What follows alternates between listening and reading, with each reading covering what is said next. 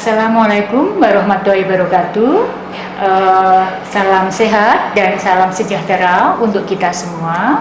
Perkenalkan, nama saya Puji Astuti, Kepala Instalasi Gizi RSUD Sidoarjo, Jawa Timur. Kita ketahui bahwa di Indonesia virus COVID-19 telah menginfeksi lebih dari 90.000 orang dan 20.000 diantaranya berada di Jawa Timur.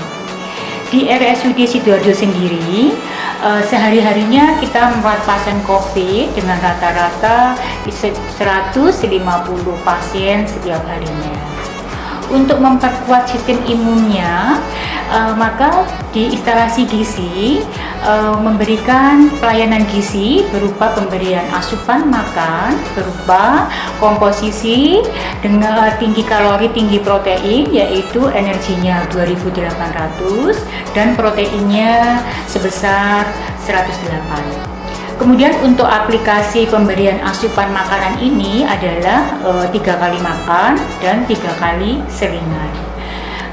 Dalam penyajian makanan utama, kita memberikan lauk hewani yang setiap hari berganti-ganti sesuai dengan menu yang ada di rumah sakit, yaitu bisa berupa ikan, kemudian daging, bisa daging ayam, di mana protein hewani ini banyak sekali kandungan omega 3-nya, di mana kita tahu bahwa omega 3 ini berfungsi untuk mengaktifkan sel imun dan menurunkan replikasi virus. Tentunya di sini adalah virus COVID-19. Kemudian pada saat kita melakukan pengolahan makanan, kita menambahkan garlic atau bawang putih yang berfungsi sebagai prebiotik. Selain sumber prebiotik dari bawang putih, kita juga ada buah pisang yang kami sajikan sebagai buah ketika mendampingi makan utama. Fungsi dari prebiotik ini adalah untuk kesehatan, menurunkan durasi infeksi pada saluran cerna dan saluran pernapasan. Kemudian untuk selingannya, kita menggunakan snack dan berupa jus. Snack ini kita sering yang ada olahannya menggunakan susu dan telur. Seperti kita ulas tadi bahwa telur dan susu kandungan proteinnya tinggi dan untuk telurnya omeganya sangat tinggi. Demikian juga kita juga memberikan minuman herbal dan jus. Untuk jus ini ada beberapa contoh jus yang kita berikan untuk pasien-pasien COVID. Salah satunya yaitu jus buah naga. Jus buah naga ini kita combine dengan lemon. Kita tahu fungsi lemon, buah naga ini mengandung antioksidan, vitamin C dan flavonoid yang fungsinya untuk kekebalan tubuh. Ini ada jus jambu merah, vitamin C-nya sangat tinggi untuk kekebalan tubuh. Jus melon, kemudian ada jus wortel dan tomat, di mana jus tomat, wortel ini di samping selain vitamin C-nya tinggi sebagai antioksidan, beta karotinnya juga tinggi. Ini ada lagi wortel tomat itu kita combine lagi dengan mentimun. Mentimun ini sumber vitamin K, ya. Jadi beberapa penelitian bahwa pasien-pasien COVID itu mengalami defisiensi vitamin K, ya, sehingga menyebabkan terjadinya gangguan pada pembekuan darah dan degradasi serat elastis di paru-paru. Kami memberikan asupan vitamin K ini berupa jus wortel tomat, kemudian sayur bayam dan sup. Atau kita selain untuk sup wortel untuk sup juga kita ada menu capcay, ada juga menu ca wortel dan buncis. ya. Vitamin K di sini tadi sudah saya sebutkan bahwa bisa fungsinya mengatur pembekuan darah serta dapat melindungi organ paru-paru pada pasien, terutama pasien yang terkena COVID. Di samping jus ya, untuk snacknya kita juga memberikan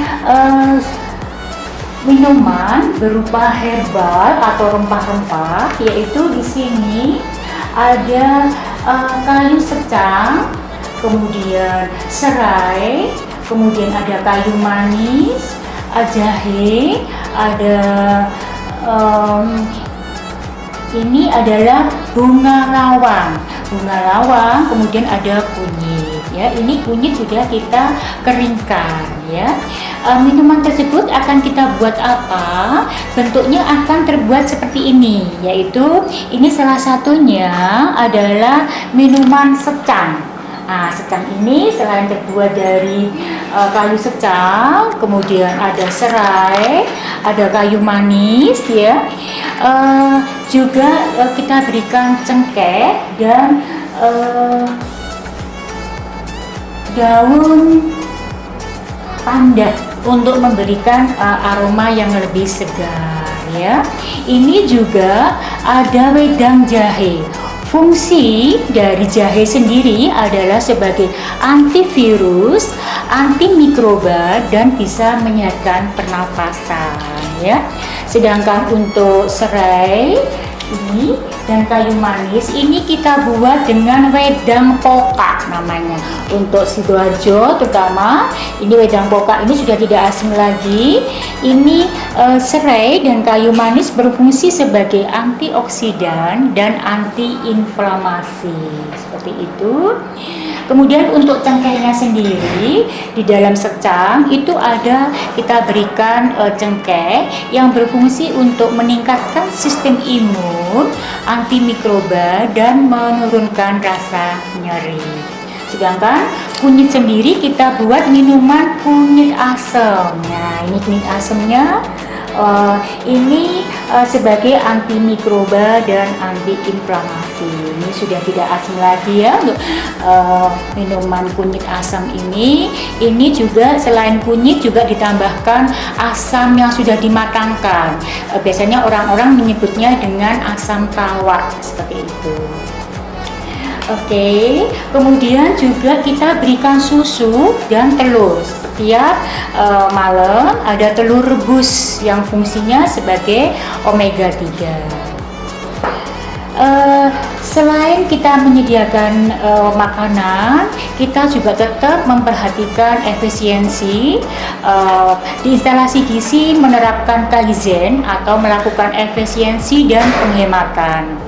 Kaizen di sini kita aplikasikan dengan penggantian alat makan pasien COVID yang awalnya menggunakan disposable, kita sekarang menjadi alat makan yang non disposable, yaitu berupa plato yang tertutup yang terbuat dari stainless yang food grade. Sedangkan untuk mencegah penularan dan memutus mata rantai penularan COVID, pencuciannya kita menggunakan mesin dishwashing yang sudah dilengkapi dengan suhu 80 derajat Celcius, kemudian menggunakan deterjen chemical. Kemudian saat melakukan pencucian alat makan, pramusaji juga sudah menggunakan APD lengkap sesuai dengan SOP yang telah kita terapkan. Saat pendistribusian makanan dan pengemasan makan berada di ruang produksi makanan instalasi gizi.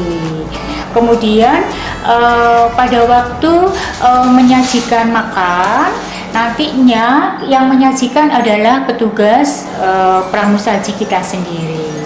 Jadi mulai dari proses pengemasan, kemudian sampai proses penyajian ke pasien dilakukan oleh pramusaji. Kemudian sebelum alat makan dimasukkan ke dalam troli makan, itu dicek dulu oleh QC, quality controlnya. kemudian dikemas. Setelah semuanya diisi dan dicek oleh QC, kemudian alat makan tersebut dimasukkan ke dalam troli makanan. Di sini troli makanannya dibedakan antara troli makanan untuk penyajian dan troli makanan untuk pengambilan alat makan. Pendistribusian makanan ke pasien dilakukan oleh pramusaji dan tentunya harus menggunakan hazmat lengkap, yaitu APD lengkap berupa hazmat. Tetapi sebelum makanan tersebut nyampe ke pasien, makanan diricek kembali ketika ada dirawat inap, diricek oleh ahli gizi yang ada di ruangan isolasi tersebut. Setelah semuanya dicek dengan benar, maka pramusaji siap mendistribusikan makanan kepada pasien dengan menggunakan APD yang sudah lengkap sesuai dengan SOP yang kita terapkan di RSUD Sidoarjo. Demikian sekilas info tentang pelayanan gizi untuk pasien di RSUD Sidoarjo. Semoga bermanfaat, dan akhir kata saya ucapkan wassalamualaikum warahmatullahi wabarakatuh dan salam sehat.